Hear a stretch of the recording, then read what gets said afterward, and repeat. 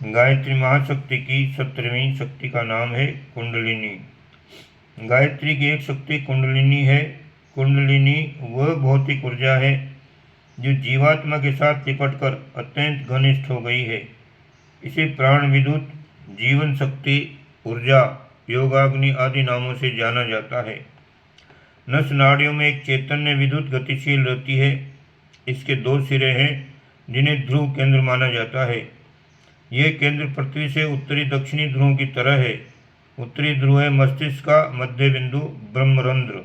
इसी स्थान पर सहस्त्रार चक्र है। इसका सीधा संबंध ब्रह्म चेतना से है।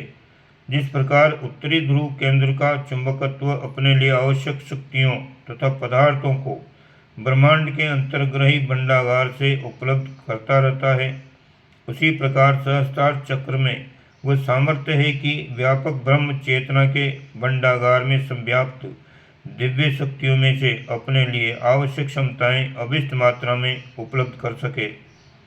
ब्रह्मरंध्र में कुंडलिनी का एक सिरा है जिसे महासर्प कहते हैं। इसकी आकृति कुंडलाकार है। शेष नाग, शिव सर्प आदि इसी के नाम हैं। गायत्री उपासना से इस महासर्प की मूर्छना जागृत की जाती है और उसकी प्रचंड क्षमता के सहारे अध्यात्म क्षेत्र में असंख्य विभूतियों का लाभ उठाया जाता है। कुंडलिनी का दूसरा सिरा मूलाधार चक्र है। ये मलमूत्र छिद्रों के मध्य एक छोटा शक्ति भंवर है। इसे दक्षिणी ध्रुव के समतुल्य कहा गया है। मानवी काया में पदार्थ ऊर्जा का उत्पादन और वितरण यहीं से होता है। प्रजनन की सामर्थ्य यही है। स्फूर्ति, उल्लास और साहस जैसी विशिष्टताएं यहीं से उद्भूत होती हैं। मानवीय काया में काम करने वाली अनेकों शक्तियों का उद्गम क्षेत्र यही है। स्थूल शरीर में मस्तिष्क और हृदय को प्रधान अवयव माना गया है। सूक्ष्म शरीर का मस्तिष्क सहस्त्रार चक्र महासर्प है और हृदय मूलाधार चक्र। मूलाधार को कुंडलिनी का दक्षिणी ध्रुव माना गया है। दोनों ध्रुवों का मध्यवर्ती प्रवाह प्रसुप्त स्थिति में पड़ा रहता है।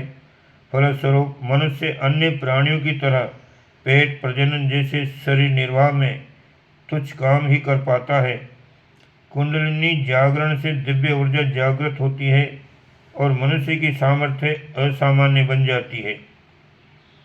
मूलाधार स्थित सर्पणी अर्थात प्राण ऊर्जा और सहस्त्रार स्थित महासर्प ब्रह्म चेतना के मध्य आदान प्रदान का द्वार खुल जाना ही कुंडलिनी जागरण है। भौतिक और आत्मिक क्षमताओं का मिलन संपर्क वैसा ही चमत्कारी परिणाम उत्पन्न करता है जैसा कि बिजली के दोनों तार परस्पर मिलते ही शक्तिशाली प्रवाह उत्पन्न करते हैं।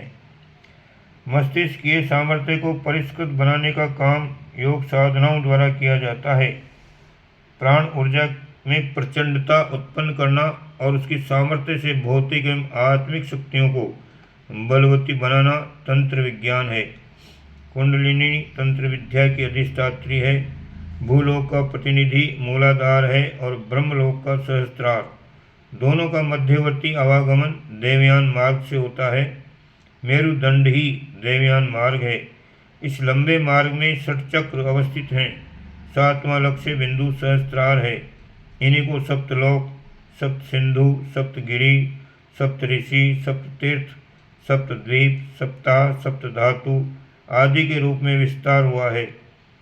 कुंडलिनी के जागरण से देवयान मार्ग के ये सभी सप्त सोपान जागृत होते हैं और साधक की सत्ता दिव्य क्षमताओं में सुसंपन्न भर जाती है।